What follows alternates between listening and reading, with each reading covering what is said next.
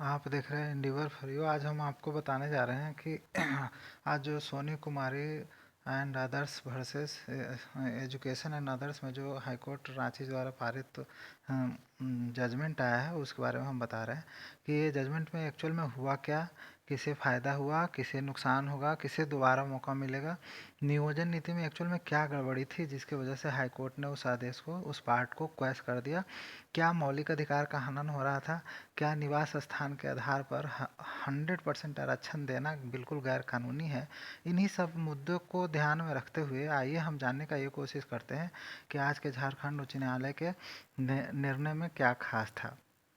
तो सबसे पहले हम ये देखना चाहते हैं कि मैटर क्या था। मैटर ये था कि सोनी कुमारी और कई सारे याचिकाकर्ता ने न्यायालय का दरवाज़ा खटखटाया। उसमें मुख्य मुद्दा ये था कि प्रशिक्षित शिक्षक स्नातक पद के लिए याचिका दायर किया। कुछ लोगों ने हस्तक्षेप याचिका दायर किया, जिसमें ये कहा गया था कि जो राज्य के, झारखंड राज्य के 13 अनुसूचित जिले हैं, उसके निवासी अगर नहीं हैं तो वहाँ पे वो फॉर्म भर नहीं सकते। भर नहीं सकते तो मामला क्या था। मुख्य मुद्दा ये था कि झारखंड सरकार के अधिसूचना संख्या 5938 और अधिसूचना संख्या 5939 14/7/2016 का जो कार्मिक प्रशासनिक सुधार एवं राजभाषा विभाग द्वारा जारी किया गया था, उसको इस सोनी कुमारी एवं अन्य ने इस रिट याचिका में चैलेंज दिया झारखंड उच्च न्यायालय में। इसका मेन विषय ये था कि ये चैलेंज किया गया कि 13 जो अनुसूचित जिले हैं, जैसे साहेबगंज, पाकुड़, दुमका, जामताड़ा, लातेहार, रांची, खूंटी, गुमला, लोहरदगा, सिमडेगा, पूर्वी सिंहभूम, पश्चिमी सिंहभूम और सरायकेला खरसावा, तो इसमें ये सब को अनुसूचित जिले घोषित कर दिए गए। और इसके जो स्थानीय निवासी है, जो इस जिला में निवास करने वाले हैं, तो वो अधिसूचना जारी होने के तारीख से 10 साल तक क्लास 3 और क्लास 4 के पदों पर नियुक्ति के पात्र होंगे, वही जो उस जिले के निवासी हैं।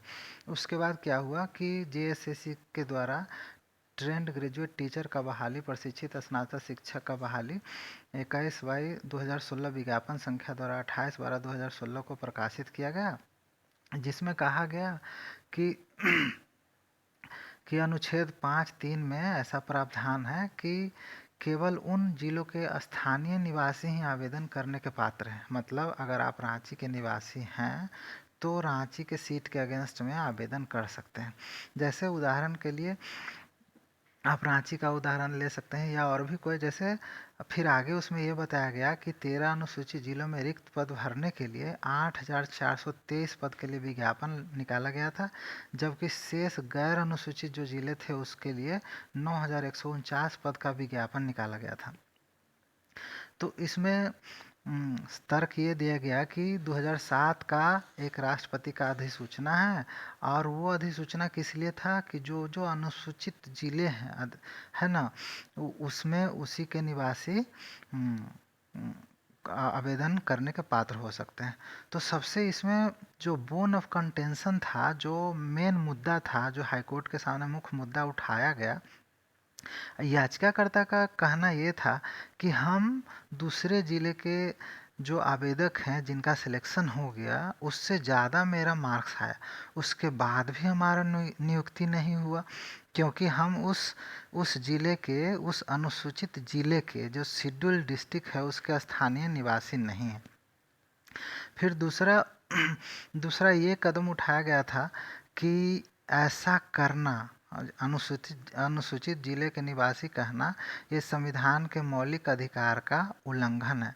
तो इसके लिए सबसे पहले ये डिवीज़न बेंच में गया, दो जजों के बेंच में। फिर वहाँ से ये मैटर 3 जजों के पीठ में ये लार्जर बेंच में हस्तांतरित हुआ। वहाँ पे ये सवाल याचिकाकर्ता के वकील द्वारा रखा गया कि क्लास 3 और क्लास 4 के पद के लिए, माने वर्ग 3 और वर्ग 3 के पदों के लिए निवास स्थान के आधार पर, हाँ, आरक्षण करना, ये संविधान के मौलिक अधिकार जो हमारा है अनुच्छेद 14, 13 का 2, 15 का 2, 16 का 2, 21 और 35 का उल्लंघन है, जो कि हमारे संविधान के भाग 3 में गारंटी किया गया है। फिर चाहे यह जो राज्यपाल के द्वारा, राष्ट्रपति के द्वारा अधिसूचित ये 5(1) का जो क्लाउज है उसका भी उल्लंघन क्यों न करता हो, और इसके आधार पर 100% आरक्षण बिल्कुल नहीं हो सकता है। तो कोर्ट के समक्ष दो महत्वपूर्ण बिंदुओं विचार हेतु रखा गया। सबसे पहला कि सार्वजनिक रोजगार के संबंध में निवास या जन्म स्थान के आधार पर भेदभाव निषिद्ध है। आप भेदभाव नहीं कर सकते हैं कि उसका जन्म यहाँ हुआ, उसका जन्म दूसरे जिले में हुआ। दूसरा बात ये बताया गया कि संसद को राज्य या केंद्र शासित प्रदेश के भीतर आवासीय आवश्यकता को बताते हुए कानून बनाने का अधिकार है, जैसा कि किसी वर्ग या रोजगार वर्ग के संबंध में हो सकता है। इस पर रोजगार के लिए आवासीय योग्यता बनाने की विधायी शक्ति संसद के पास है। कोई राज्यपाल नोटिफाई या राज्य सरकार ऐसा नहीं कर सकते। फिर आगे यह तर्क दिया गया कि कुछ लोग बोलता है कि ना सन्स ऑफ सॉइल, जैसे मिट्टी के पुत्र हैं, ये धरती पुत्र हैं, इसलिए उनको वरीयता के आधार पर यहाँ पे आरक्षण दिया जाए। फिर आगे ये भी तर्क दिया गया कि राज्य सरकार राज्य के सभी जिलों में 100% आरक्षण की ओर अग्रसर है। इस प्रकार राज्य के एक जिले के उम्मीदवार को पूरी तरह से वंचित करके कक्षा वर्ग 3 और वर्ग 3 के पदों के लिए अन्य जिलों में आवेदन करना होगा। ये पूरे राज्य में जिला कैडर वर्ग 3 और वर्ग चतुर्थ के श्रेणी के किसी भी पद के खिलाफ आवेदन करने के लिए या राज्य के बाहर रहने वाले उम्मीदवारों के लिए बहुत मुश्किल हो गया। फिर अदालत में इसे चैलेंज किया गया। इसी आधार पर वो जो दो अधिसूचना था 5,939 और 5,938 जो 14/7/2006 को जारी हुआ था कार्मिक प्रशासनिक सुधार एवं राजभाषा विभाग झारखंड सरकार द्वारा, जिसे बाद में खारिज कर दिया गया। अब हुआ क्या कि जो विज्ञापन संख्या 21/2016 जिसके द्वारा ट्रेंड ग्रेजुएट टीचर प्रशिक्षित स्नातक शिक्षक का विज्ञापन निकाला गया था, है ना, उसके आधार पर रिक्त पदों के विरुद्ध सिर्फ स्थानीय लोग ही आवेदन कर सकते थे, जो कानून के नज़र में ठीक नहीं था, ये गैर कानूनी था, इसलिए उसे खारिज कर दिया गया। अब जानना ये चाहते हैं कि अब इससे प्रभावित कौन कौन होंगे। तो प्रशिक्षित स्नातक शिक्षकों की नियुक्ति को विज्ञापन संख्या 21/2016 के अनुसार 28/12/2016 को प्रकाशित किया गया था, जो उन जिलों के स्थानीय निवासी से संबंधित अनुसूचित जिलों में विज्ञापन द्वारा संशोधित हैं, इसे भी खारिज कर दिया गया। जहाँ तक नियुक्तिकर्ताओं का सवाल है ना, जो लोग इसमें इंटरवेनर बने या जो लोग रिस्पोंडेंट नहीं हुए, उस पर भी ये ऑर्डर लागू होगा। अब बोलिए कि कौन प्रभावित नहीं होंगे। तो जो शिक्षक जो स्नातक प्रशिक्षित शिक्षक गैर अनुसूचित जिलों में नियुक्ति जिनका हो गया है, उसका ये Soni Kumari and others case में हाईकोर्ट में उसे चैलेंज नहीं किया गया था, उसके विरुद्ध केस नहीं किया गया था, इसलिए वो प्रभावित नहीं होंगे।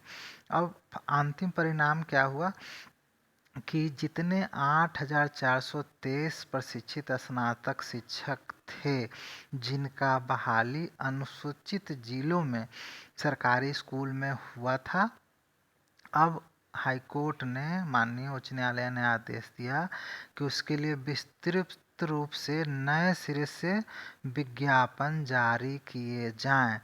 मतलब उनका सबका अपॉइंटमेंट, उनका नियुक्ति खत्म कर दिया गया।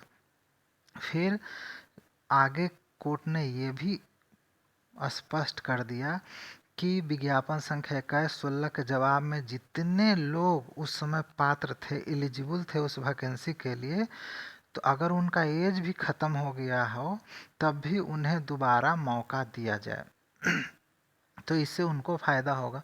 उसके बाद पहले जो गैर अनुसूचित जिलों में नियुक्तियों पर कोई रोक नहीं हाईकोर्ट लगाया था, है ना, ये यहाँ पे सिर्फ हाईकोर्ट में चैलेंज कौन था, 5,938 जो अधिसूचना संख्या था, वो सिर्फ चैलेंज में था।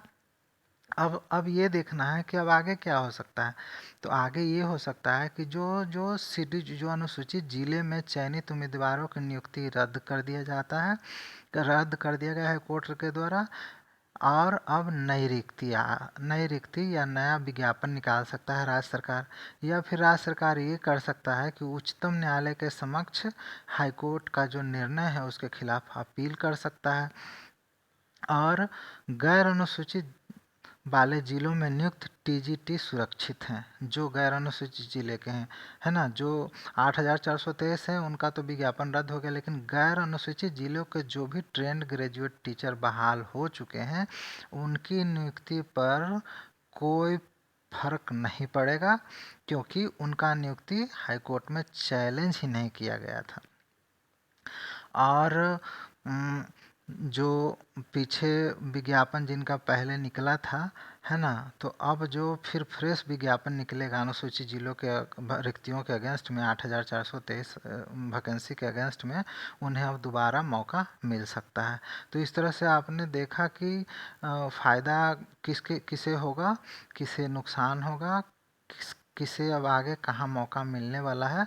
तो ये बिल्कुल एक एक लाइन जो हाईकोर्ट के जजमेंट का मुख्य बिंदु था, जो जो मुद्दे कोर्ट में उठाए गए थे कि 100% आरक्षण हो सकता है, नहीं हो सकता है, संविधान के किस आदेश का वायलेशन है, कौन कौन आर्टिकल को अल्ट्रा वायर्स कर सकता है, ये सारे बिंदु को हाईकोर्ट ने बिल्कुल सही ढंग से डिसाइड कर दिया कि 100% आरक्षण धरती पुत्र या भूमिपुत्र के नाम से बिल्कुल जायज़ नहीं है।